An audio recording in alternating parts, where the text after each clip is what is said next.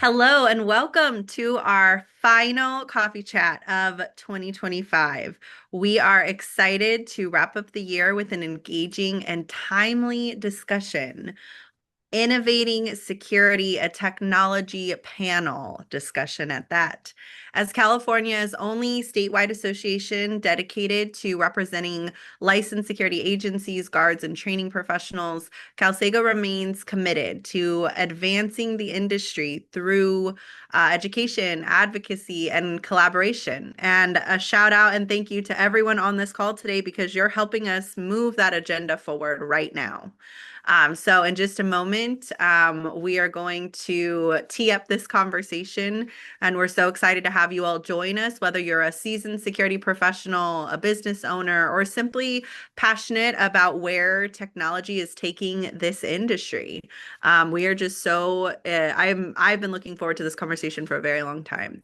So while I talk a little bit about the Ambassador Committee, I would love it if Kate would launch our poll questions. So we want to understand a little bit better about who all is joining us today. So we have a couple of poll questions that we'd love for you to just take a moment to answer. There's a total of 7 of them. And so while I introduce the Ambassador Committee, which you heard, we are the ones who produce and put on these coffee chat events. So you're welcome to thank them when you see them or connect with them. If you stay for networking, they'll be facilitating the networking conversations at the end of our time together today. But this Ambassador Committee works so hard. We meet regularly.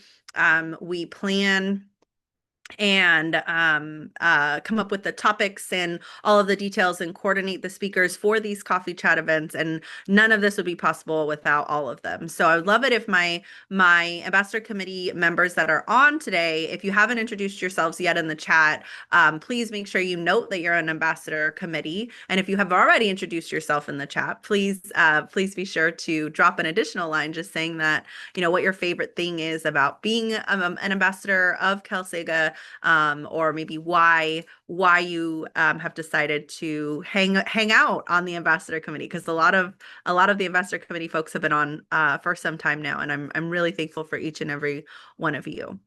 So I'm going to give you all one more moment to wrap up those poll questions, and while you do that, I'm going to transition us, and I'm going to introduce our panel. And panel members, don't worry, you'll have a chance to say a proper hello with that opening question, but I'm going to go ahead and just introduce each one of you. So up first, we have Jordan Wallach with Belfy Software. He's the co-founder and CEO. He has a deep background in software development and helped launch Belfy to bring modern, easy-to-use technology to the security guard services industry. So we're very thankful to have you here, Jordan.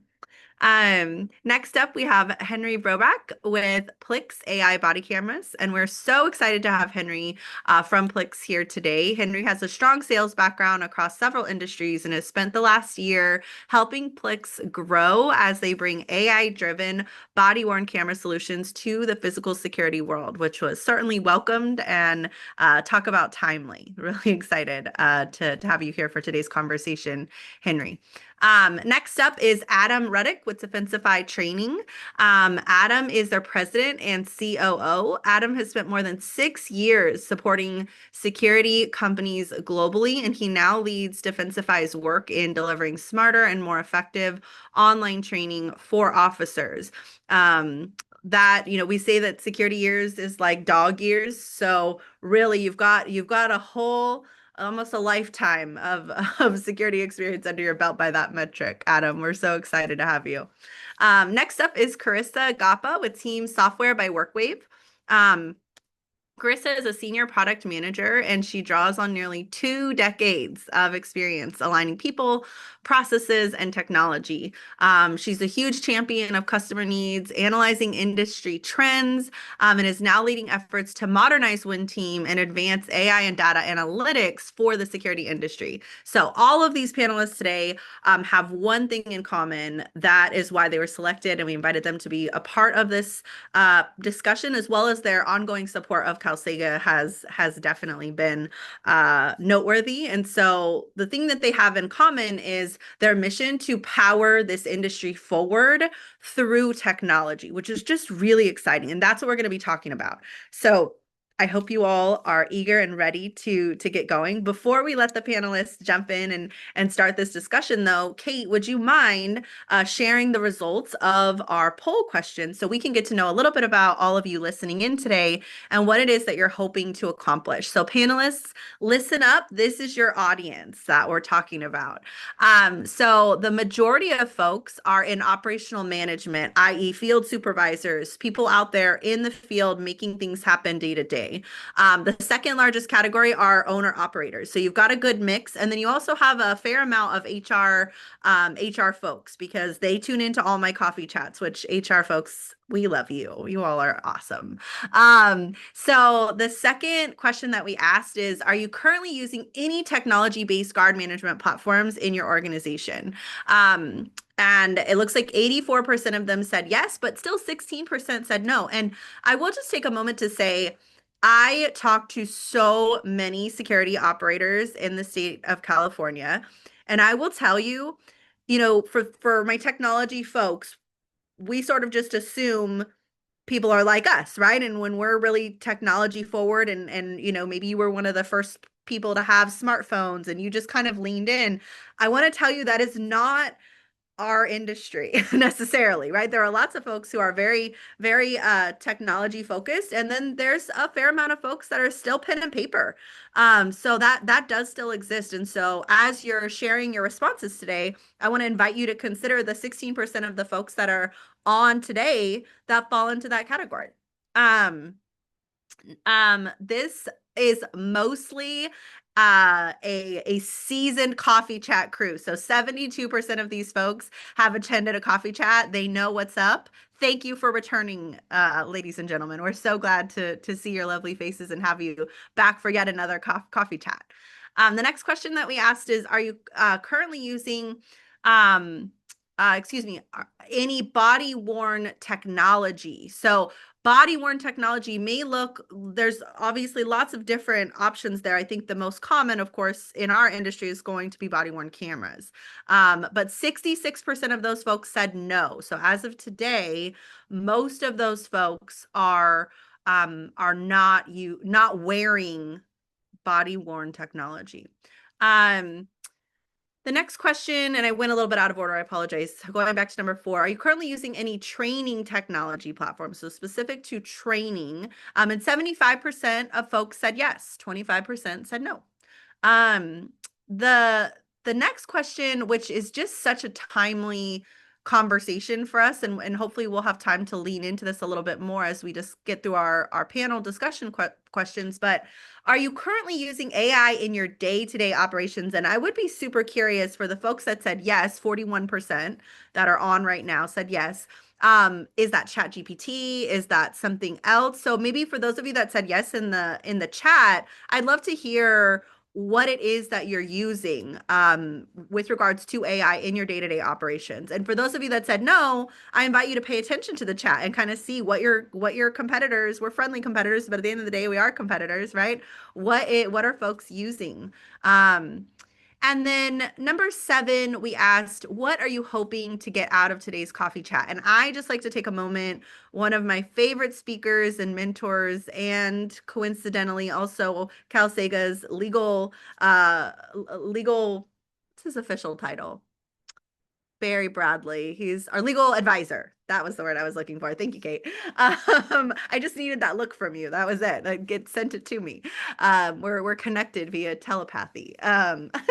So he always says, if you just walk away with one golden nugget, then his time was worth it, right? And so that is my hope for all of you, that you'll walk away with at least one golden nugget. I imagine with our wonderful panelists that you're going to walk away probably with a few, but 88% of you said that you were hoping to learn about new technology solutions for guard operations or training. So that's what the bulk of people are here for. In a close second, folks said that they wanted to find ways to improve efficiency, compliance, or profitability.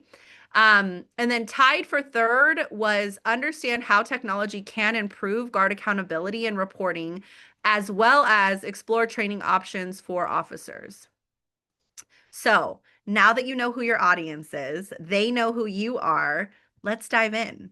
So my very first question today is, What major industry challenges, from staffing shortages to compliance demands to liability risk, do you see facing the physical security industry today that technology is uniquely positioned to solve? So when you look out at our industry, you look at all these folks, you hear their stories, you spend a lot of time talking with all of us, right? What do you feel technology has to offer to solve those unique problems that we in this industry face? And I will invite Jordan to mic up first. Hey everybody. First off, just thanks to Ashlee and Kate for putting together an awesome coffee chat and panel today. Great to be here and see a lot of familiar faces. I'm Jordan, co-founder and CEO of Belfy. I'll get into Ashlee's question. I think we'll talk a little bit later in the panel, I think, about the trends that are happening in the broader technology landscape, compliance aspects that are changing a bit. But I think from our perspective, what we see day in and day out, talking to hundreds of security firms on a daily basis, is that the margin crunch continues to get tighter year after year. And this year is no different from previous. We're hearing that sometimes security budgets are being slashed by some customers. Bids sometimes are a race to the bottom on bill rates. And so firms can't rely on pricing necessarily to protect their profitability. And so what we're seeing is technology can really help be a lever for operational efficiency. So to win bids and to keep healthy margins, it's about how can each team be more efficient. And so purpose-built technology can really reduce busy work for your back office. So things like filling call-offs without quickly devolving into chaos and hours worth of finding the right person to fill a shift, or streamlining onboarding paperwork in the same place as your payroll system so that folks aren't managing paper files, or tracking certifications and training, which I know Adam will talk about a little bit later. And so this way your team can focus on a lot higher value work. And that way you can also scale further and faster while you grow without drowning in more and more work. And of course, the second order win to that is time back for people to do what technology can't. Technology isn't the product in this industry, people are the product. And so if your back office team can just spend more time out in the field, whether with your officers or your clients, we've seen just an hour, 2 hours a week, incremental that team is spending out there can improve your officer retention, which we estimate on average 80% year over year is turnover across the industry, as well as retention of your clients. And so, tech can help by making your team more efficient. It can help by slowing margin leaks when you think about things like unbilled overtime or scheduling efficiency. And so overall, I guess to wrap up, I think tech can really help firms stay price competitive when our clients, the end users of security services, continue to demand more, both in terms of better service, but also lower prices. Yeah, absolutely. Jordan, thank you so much. Knocked that one out of the park. Henry, what are you thinking? What is technology teeing up to solve for our industry? Yeah, absolutely. I think this piggybacks well off of what Jordan was saying, but trust in service and proof of value are things that I hear every single day. We hear not just that in security there are budget constraints, but for the clients that they serve, that they're having budget constraints, right? Yeah. And the number of times that I will hear, hey, we're doing a great job as a company and we're reducing the number of incidents that our customers have. But then where that leads, then when there's a budget constraint, can sometimes be the client saying, hey, we don't have as many incidents as we had when we hired you. So now we don't feel like we need you anymore. And, one of the big challenges that technology can solve here is helping convey why that is. Everyone on here probably does a great job that it's hard to weave that story together. And so, giving insight into the gaps of, week over week, month over month, how did we actually reduce the number of incidents that were occurring? Or, with a budget constraint, how do we do more with one guard than maybe one of our competitors could do with two officers or two guards? All of those pieces are important to, uh, you know, convey. And I think all four of us, are excited that we can in some form help accomplish that. I love that, Henry. Thank you.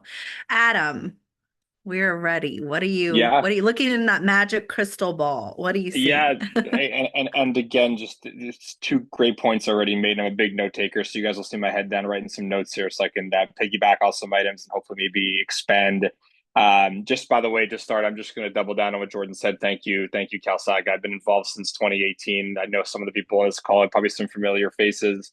So I'm gonna double down on one thing that Jordan said, which was yes, the margin crunch is real. It's been around since the day I started speaking to security companies back to 2018. Oh, and probably before that, let's all be real. He's absolutely right. You got to have the right tech in place that should be able to show efficiency, profit and loss based on per shifts. Things like that are really, really critical in the space to be able to understand, are my resources in the right place? Should I be, I use the word again, doubling down on that, or should I be reallocating into a different area where I can maximize margins a little more, right? We understand there's going to be the divide between a customer who's going to pay you top dollar, then you're going to have ones that will not and will ask the most of you, right? I've always, my favorite stories were customers telling me the ones that will ask the most pay the least for some weird reason, right? Technology is supposed to be there to help you visualize this information and see it and help to, again, try to make decisions, have the right conversations with your customers and so on. My piece that I wanted to add was, it was interesting. We said uh, compliance demands and liability risks, right? I'm going to add a word to kind of a hyphenated word, ever changing. It changes constantly. Guys can go to sleep tonight and tomorrow there'll be a new legislation or compliance regulation that's in place now for your guards. And sometimes it's vertically imposed and sometimes it's legislatively imposed, right? It just changes so fast. So technology has to have your back, right? And it's supposed to be there to be able to say, this is what compliance looks like right now. Oh, and by the way, with this new change, how many people are compliant of my staff or not, right? So that's where I think technology is massively primed to be able to help you all with that. So you can sleep easy at night and we can be ahead of potential changes in compliance. So that's what most resonated with me in that question. I love that. Thank you. I'm also a big note taker, by the way. So you and I have that in common. You'll see me looking down to the side over here so I don't forget anything. Last but definitely not least, Carissa, what do you want to add to this? Wow, you guys have covered a lot of ground. And so I'm going to try to touch on a couple items, maybe add another one. So, for the HR folks on the phone call, staffing strains are super high. And there's was so many high turnover, that non-billable overtime, to your point, it really does totally eat at the margin. So technology, those all-in-one kind of workforce management solutions not only help optimize, and reduce overtime and automate on-billing and all that, and track your credentials. But mobile apps also have the ability to keep your officers engaged and connected. And so it's also this touch point that I think you should kind of remember. It's not just, yes, it's all about the margin, but it's also about keeping your workforce kind of with you and not losing all the investment you put into them. On a compliance standard, it's not just that tracking, but it's also putting the guardrails around preventing bad behavior, or maybe not intentionally bad behavior, but blocking things that are not allowed or shouldn't be done to head off some of those issues. And then client transparency. Look, we've talked about firms, they want transparency in real time. And so whether it's a live dashboard on activity, it's a body worn video, it's automated incident logs, all of those things really help kind of turn all these headwinds into competitive advantages, because no matter what your size, we can enable humans and machines to work together with the right technology. Ooh, I love that. We can enable humans and machines to work together with the right technology. That is a noteworthy point, Carissa. Thank you. Thank you all. That was a great opening question. Now, I do have some specific questions for each of you, but before we dive into those, I do have one more all panel question.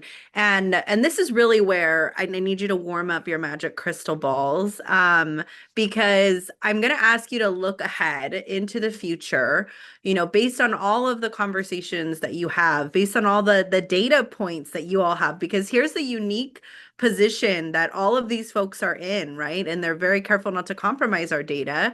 But they get to see everything that we feed in to some degree, right? They understand from all different vantage points because of all of the different customers that each of them work with, varying in size, varying across region, varying across niches, right? All of us, we are competitors, but some of us focus on patrol while others, focus on armed security versus unarmed security versus executive protection versus event services, right? So they get the back end of all of that. So I'm going to invite each of our panelists to kind of recall some of that, warm up their magic crystal balls, and I'm going to ask you what major shift do you expect to see in the physical security space, and what forces between technology, regulation, labor trends, client expectations, right? What do you think will drive those changes? Like, what is sort of the big problem, if you have one specific one, or maybe a couple that come to mind that you sort of see coming in the future, whether it be in 2026 or beyond? And we'll start with you again, Jordan. Sure. I think I'd like to go back to maybe the two things I mentioned before. Some folks shouted out already too. I'd say there's a client experience one and there's an officer experience one. And so I think what we're going to see from the client experience end is just the demand for more accountability from their security services provider to increase.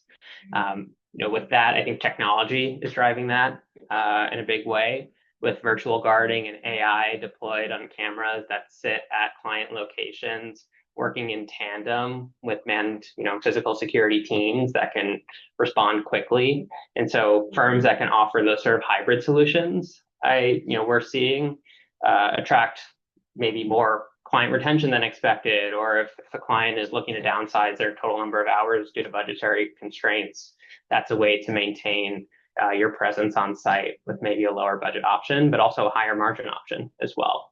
So clients are going to continue to demand proof for what the security firms are doing for them instead of promises. And so continuing to use that data that technology partners can provide that your officers are developing live on site. And I think the second part Carissa mentioned at the end, but I'll echo it as well. I think the officer experience that you can provide needs to be slick and can be a competitive advantage for your firm when it comes to the talent market and overall officer retention. And so the firms that I think will win talent in this tight market will be the ones that provide a great officer experience enabled with technology, predictable schedules, payroll that's accurate every single time, modern tools, and just jobs that feel organized. And so they have full transparency in exactly what's going on with their employment directly from their fingertips. So that's what I see. Absolutely. Thank you. All right, Henry, what do you think? If you had to narrow it down, one or two things, what's coming? Yeah, I think everybody here, your jobs are getting a lot more similar to mine, where, when we were trying to keep contracts for a long time, we want to show that, we're invested, good customer service, all of those pieces. But I think increasingly having an expertise going in when you're trying to get new work and trying to work with new people is important, And so as we go through, going in, understanding the clients that you're trying to serve can often be then supplemented with, an expert training partner who, from that perspective, gives you predictive tools for these pieces, and then real-time aspects like, important back-end stuff to make sure everybody's going to the right places, that we have people filling out. And then ultimately also technology partners that can show, hey, throughout the day, this is where we've been, this is what we've done, and we can narrow down across a number of sites exactly what it is that you would want to know. And so, going in with the confidence that all of those partners work together well and can give you a predictive, a real-time, and a post-time expertise for those clients, it helps you sell a vision that I guarantee most people that aren't on this panel probably don't have and can't hold over you. You're muted, Ashlee. Sorry, thank you. I was saying thank you. That's perfect. Adam, what is your magic crystal ball showing?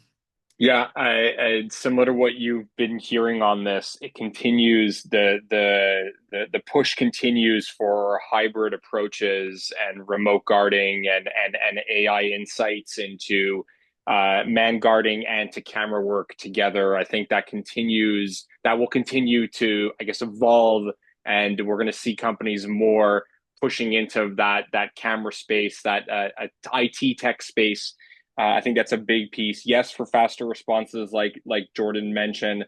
I'll add another one. It also adds or removes rather strain from hiring. Right, we're gonna have less volume to hire, though. Still, we're gonna have to have good hiring practices. There's no doubt in this space it's always going to live like that. But at the same time, it'll remove some of the weight on the shoulders of needing to continuously hiring only for man guarding. I'll add another factor I think is really interesting is now the profile that you look for is going to be someone that maybe it's more hybrid. And when I say hybrid, I mean that maybe they have the ability and they're going to need to have really the skill set to be able to manage camera work, to be able to understand data they're getting from or information they're getting from video or from alarm responses, whatever it may be able to respond to that better. And then I'll mark a word for this. It's called specialization. And then with hiring specialized individuals, you now are naturally going to increase tenure. So I think that's quite interesting. I think that shift will start to formulate a little more come this year. I think that's going to be a big change. I'll also add another piece. The companies that continue to use AI to their advantage, right, in their proposal work, in sifting through recruitment and seeing all those resumes come through, right? That you guard job you posted. That's also going to be a really big shift this year. Is that we're going to have to strike the balance. I'll talk about it shortly. Of resumes that look like they're AI driven to AI tools that are reading the AI written resumes. So there's going to be a switch in this and how we can hire for specialization, keep them longer tenure, and again have that hybrid of camera work and guard work. That's going to continue to evolve over this year. Absolutely. I think you all have really warmed up your magic crystal balls. Thank you for doing that for me, Carissa. Last but not least, what are you seeing coming down the pipeline? So apparently we all checked out the same crystal ball. But basically talking to our customers, I would say that, again, the major shifts we're looking towards in the next couple of years is that tech-enabled guarding is going to become the standard. We are really seeing it in the larger providers in our customer base. They're bundling those AI cameras, that remote monitoring, and that mobile workflows, that automation. They're really trying to squeeze everything they can out of technology because of what customers are expecting. Paper logs aren't really cutting it for some of them, and so they have to go digital. Another theme that we're seeing, particularly in our California customer base, is California continues to set the compliance bar.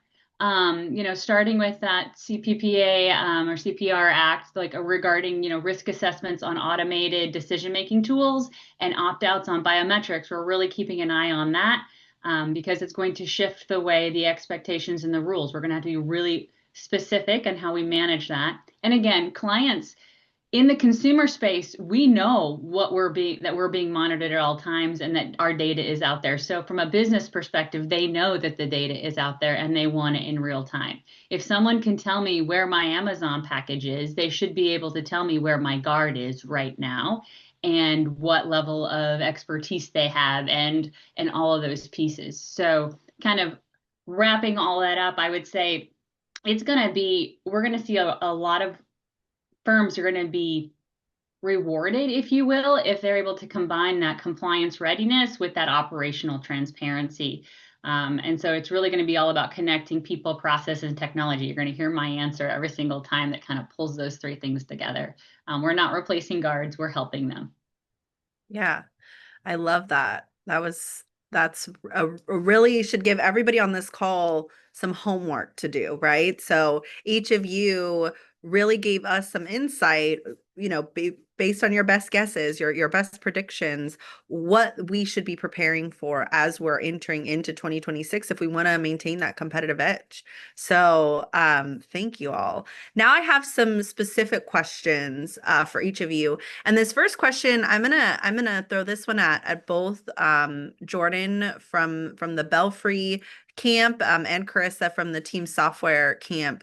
So the question is this: many security firms struggle with balancing people, process, and technology, which really kind of speaks to, what you're describing, Carissa, in your last answer. But from your vantage point, can you maybe be specific about how leaders can go about adopting new tools in a way that actually supports their teams rather than overwhelming them? So you all gave us some really great examples of the tools we need to be looking for, right? The capabilities we need to be able to meet in 2026 and beyond. Now I'm looking for tips for the leaders on the call today. Um, from your kind of viewpoint, like how can leaders go about adopting those tools in a way that isn't going to cause friction and end up feeling like it's more work than it's worth? Because I think that's a lot of the hesitancy that I hear from folks when they're like thinking about making a shift to adopt some new technology. They're really worried about how they're going to integrate that technology with their, into their teams. So Jordan, I'll ask you to go first, and then Carissa, if you can bring us home for that one. Yeah, happy to. And I think it starts with just the reality that teams are stretched really thin. And I go back to that first point I made around margin pressures. Like back office teams have to be really tight. And that means supervisors are just juggling an inordinate number of tasks every single day. Call offs that pile up, it's incident reports that pile up, client escalations, folks looking to fill shifts themselves and no shows. And so technology has to, for you to even entertain the conversation, it needs to support teams and not overwhelm them with more tasks to do. So I think it goes to reducing the number of tools, and also number of tasks they're doing within those tools. I think it's making it simpler for your officers and your admins. So if you need extra steps to set something up, it just won't stick because that's extra friction that your teams have a lot of other more important and urgent tasks to solve in the day. And the other piece is like communicating the why to your officers and your whole team, really. I think when officers in the back office team feels like they're benefiting directly from the technology, or that's extra convenience or just less time being spent on something that's really mundane, I think that's when you get buy-in from your teams that technology is the answer. I think one example I can share specifically just from our experience and with our product is an officer performance analytics dashboard that we released earlier this year. And historically, like getting quantitative performance data on officer performance is really, really difficult to do. Teams are having to pull reports in a lot of different places, or we even had supervisors like having to log call-offs in a separate spreadsheet or a separate report for them to then query later on. And so that's an example of, well, it can just work in a lot of these tools today where every officer can have a performance dashboard, and then teams can start to maybe reward officers that are in the 99, 98% on-time performance or have lower call-offs than anybody else. Or they can also hold other officers accountable, but they can get that reporting without having to do additional tasks, because otherwise the data is not going to be accurate and the data integrity won't be strong. Yeah, I mean, my big takeaway is like reduce the number of tasks, reduce the number of tools. And that really, I think, probably hits home with a lot of, I know it hits home for me, right? But probably a lot of folks on this call. I love that. Thank you, Jordan. Okay, Carissa, bring us home. Okay, once again, Jordan took all of the awesome answers. So We'll do I will lots just next try to time. I'll try to just fill in around it. So we know, right, that the key is that technology needs to feel like support, not surveillance. Yeah. And so we need to frame it as an enabler to help your officer succeed, simplify the operations, reduce risk. It helps them achieve all the high level expectations that you have as managers of them. And so when we look at what strategies work with our customers, one is you start small and you show the value. So pilot on one small site or one small component. Jordan's example was a really thing. It's just one thing, but don't try to give them all the technology at one time. Like be very specific and just show how the administrative burdens, if you will, or the extra changing my behavior improves things and makes my life better. Communicate the why, right? And to your other point, don't layer on more things for the guards to do, remove things from their list. And then the only other thing I would say, and I think Jordan would agree with me, is in your roles, take advantage of your vendors and work with them to configure workflows that fit your team's reality. It's not a one size fit all. Every organization is a little bit different. And sometimes a technology company gets a little bit disconnected. As much as we want to say we know the ins and outs, sometimes we just need a guard to tell us that's not the way it works. So that's how I would kind of wrap that up. I think that was perfect. And Jordan did have some excellent points, but Chris, I was writing as you were talking. I think the big one that I love is the communicating the why, but also technology needs to feel like support and not surveillance, because I have seen this time and time again in my conversations and my own experiences. If the officers in the field, you're expecting them to use this technology and they feel like it's a gotcha, it's going to get them in trouble, they will fight it tooth and nail and it will fail, because ultimately they are the end user with most of our technology, right? Because they are our product. And ultimately we're trying to enhance our product, which is our people. And the technology is going to do that when the technology feels like support, not surveillance. So that's a huge, huge takeaway, Carissa. Thank you. Thank you as well, Jordan. That was perfect. This next question, I'm going to point at you, Henry. And I think, Plix is definitely a leader, stepping out as a leader in the space in the industry. So I am really curious to hear kind of your take on what are emerging ethical considerations that we need to be thinking about now. Privacy, data handling, AI transparency, etc., as technology becomes more embedded in day-to-day security operations. So ethical considerations maybe we Yeah, didn't have excellent. before. Yeah. For sure. No, I think there are two main areas that I see. One of them is, security of all this data that we're collecting, right? We have a lot of footage, oftentimes on private property, things that are pretty sensitive. And I'm sure, like, if everyone has been on a break like me and we've scrolled through Instagram or YouTube Shorts, whatever it is, you've seen videos of guards in altercations, officers, handling their jobs, and that's awesome to see. It's cool to see interactions, but one of the questions is like, why am I seeing this? This is a private business's footage, presumably for one of their clients, and a lot of that stuff can get lost because people are storing things physically, or they have multiple touch points between the time that the footage is taken and the time that the person who's meant to see the footage actually views it.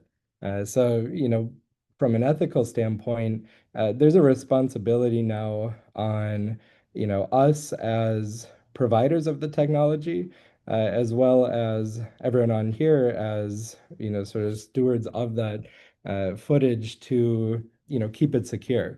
And so, things like audit trails, things like password protection on videos when they're being shared, how we're sharing it, whether that's secure emails versus a link that requires details for download and sharing. those pieces are very important from an ethical standpoint, just to make sure we're not always ending up on Live Leak or Instagram, whatever. And then, from an internal perspective, privacy is a huge thing. We have to balance the safety enhancement of the technologies we're using with the trust that we have to build for our people to use it. I think this piggybacks on what Carissa said. I love that quote. I'm going to say it a third time.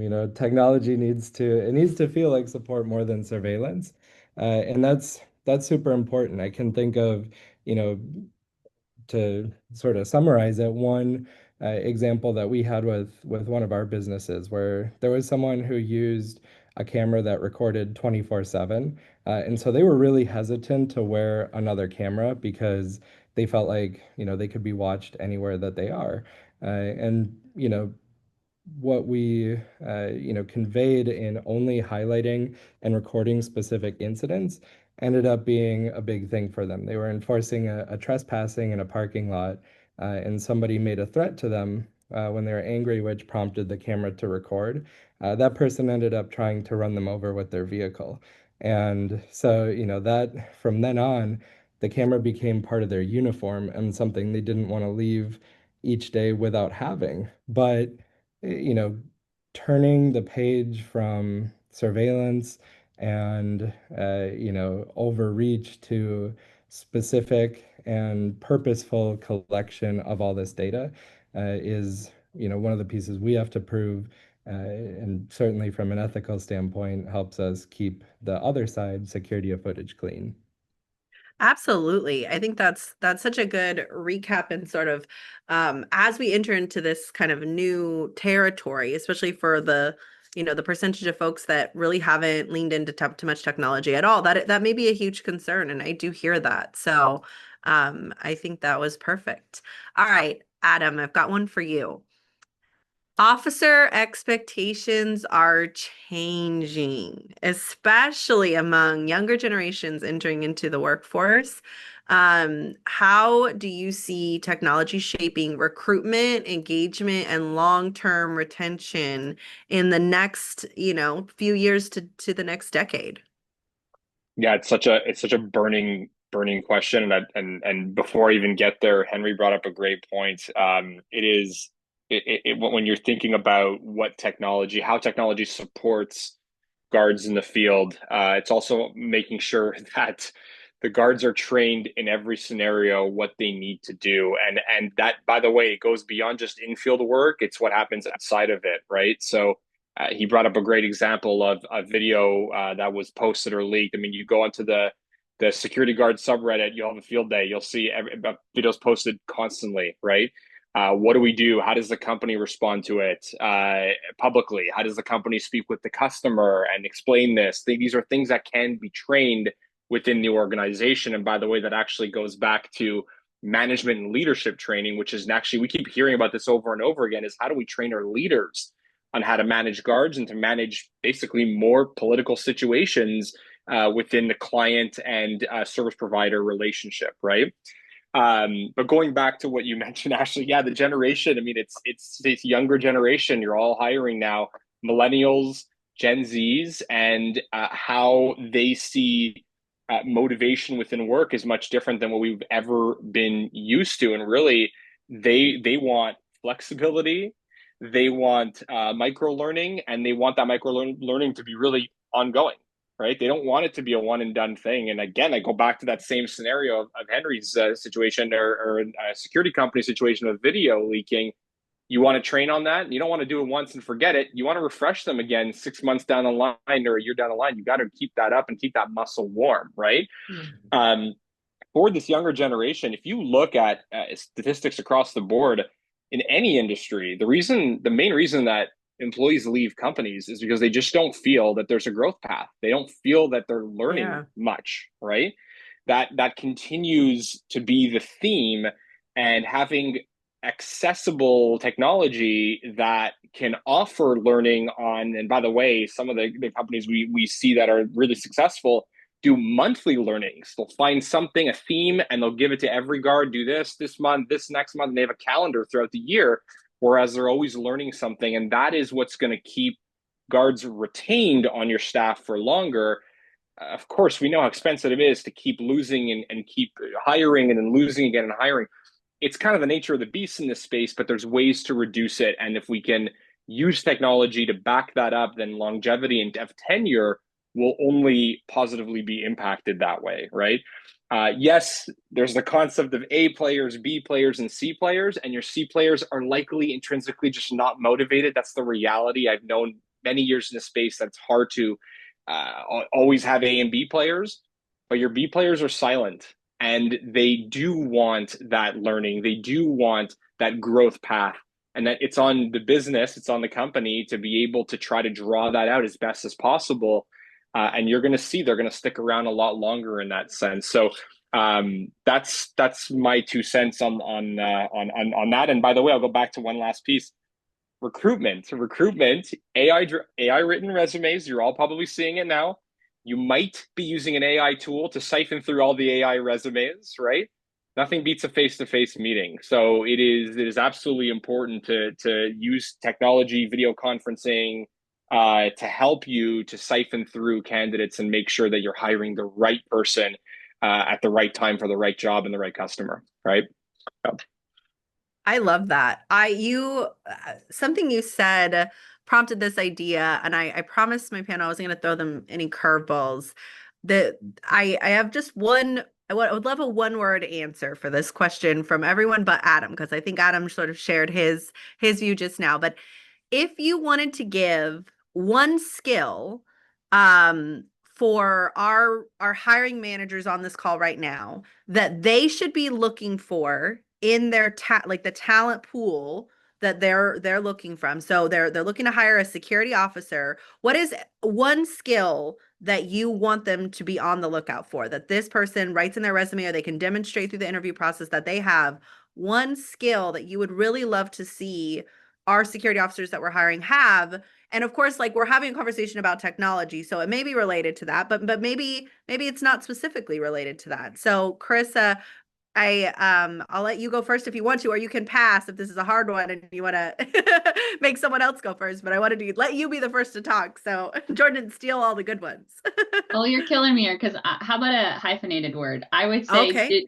digital fluency. I think you need to look for Ooh. digital fluency in your teams. I love that. That was so perfect, Carissa. Okay. Henry, we'll sandwich you in the middle. What is one skill? Yeah, I think customer service is going to be the biggest thing that they need to Okay. understand. Okay. I love that. Jordan, what about you? Those hiring managers are taking notes right now.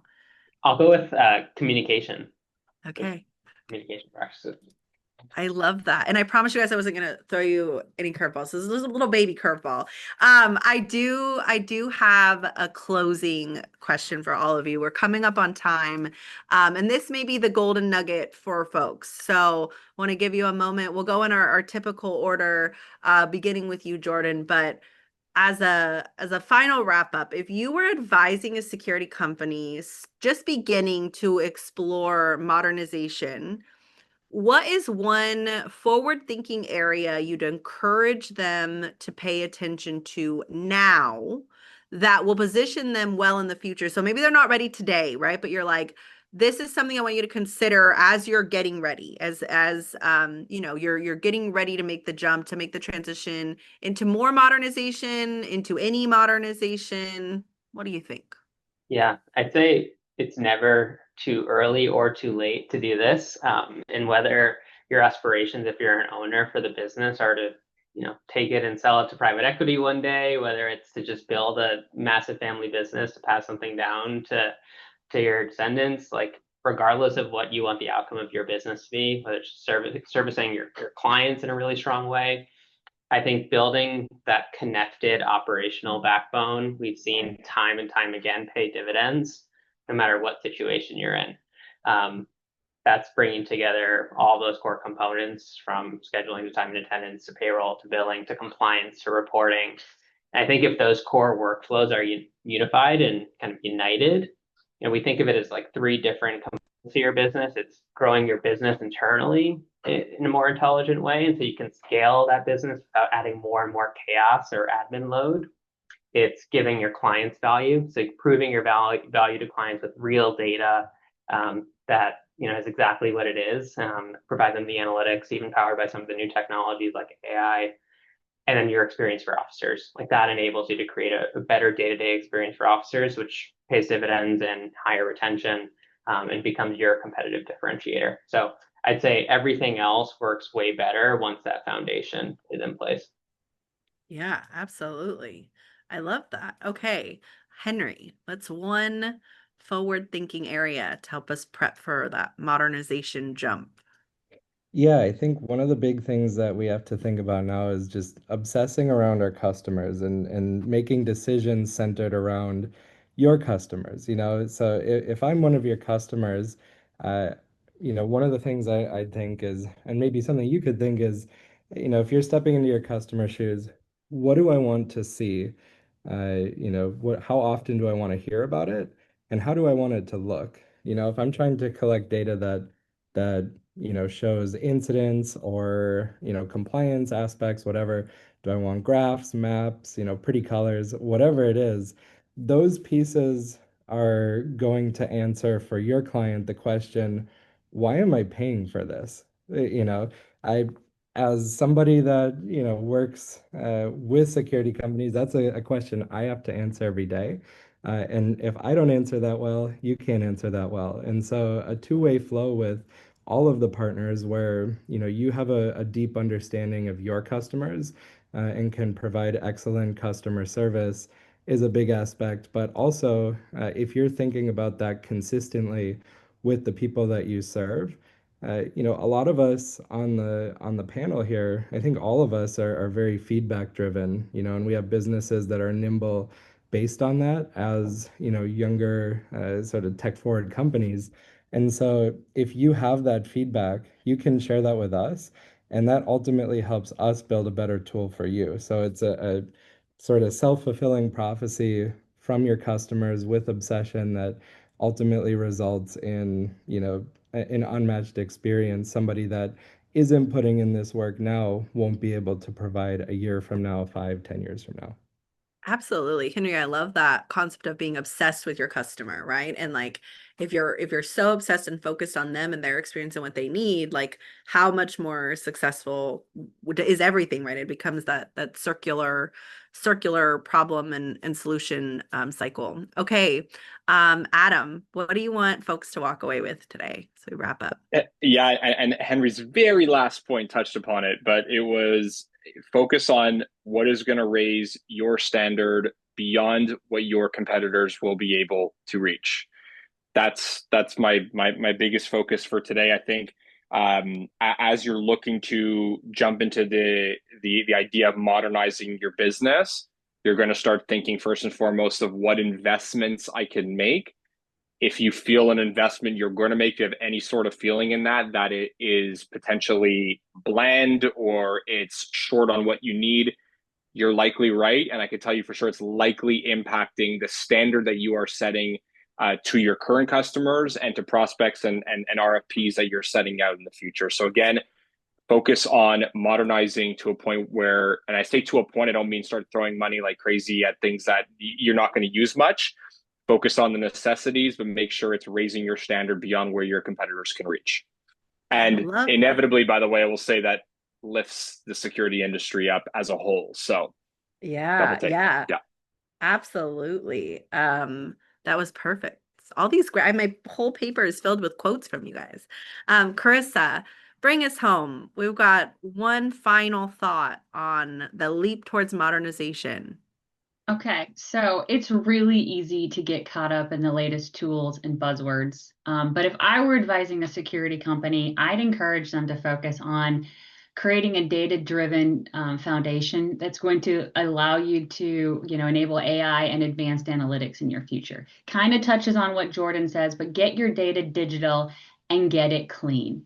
AI is a once in a generation technology shift. It's going to be able to allow you to automate your manual workflows and get your teams to interact in very intuitive ways. But it really is dependent on having clean, credible, trustworthy data. It's going to be your prerequisite. When we talk to customers all the time, bad data in, poor dashboards, poor predictive insights, poor decision making. And so if you want your employees to start out and make smarter decisions, you got to get the data in there and you got to get it clean as soon as possible. At Team Software, our entire modernization platform is reflecting that journey, right? We're starting with curated data, we're layering analytics on top of it, which then allows us to put AI-driven workflows in place for our customers. And so I would say building that right foundation in data is what's going to help our customers in the long term really unlock the power that technology, whether it's keeping real-time updates to your customers, AI, analytics, whatever it is for tomorrow. That is huge, Carissa. I think you really nailed it and brought us home so nicely with starting with the foundation, right? I think that kind of perfectly encapsulates everything else that we've talked about here today. We've got to build that proper foundation, and I think that's what's so scary for folks who haven't maybe made that leap, or they're nervous to make the next leap. A lot of you have started right with modernization, and you're using some tool, but what you put in is what you get out. So the amount of time and energy that you invest in the beginning, the quality of the data that you start with is really going to determine where you end. And that is just such a beautiful end. We're running just a couple minutes behind schedule. I spent a little bit of time. I had fun talking about the polls today because I really wanted everyone to know who was on. And so that pushed us just a smidge over. But I want to thank you all for your time. I want to give a giant thank you to each and every one of our panelists today. They volunteered their time to be here today. They warmed up their magic crystal balls for us and everything. And we are just so thankful to partner with each of you. You all are personally, and your companies are great supporters of CALSAGA. And as a nonprofit association, we couldn't do any of what we do without your support, both financially and just showing up to the events and being present for things like this. So thank you so much.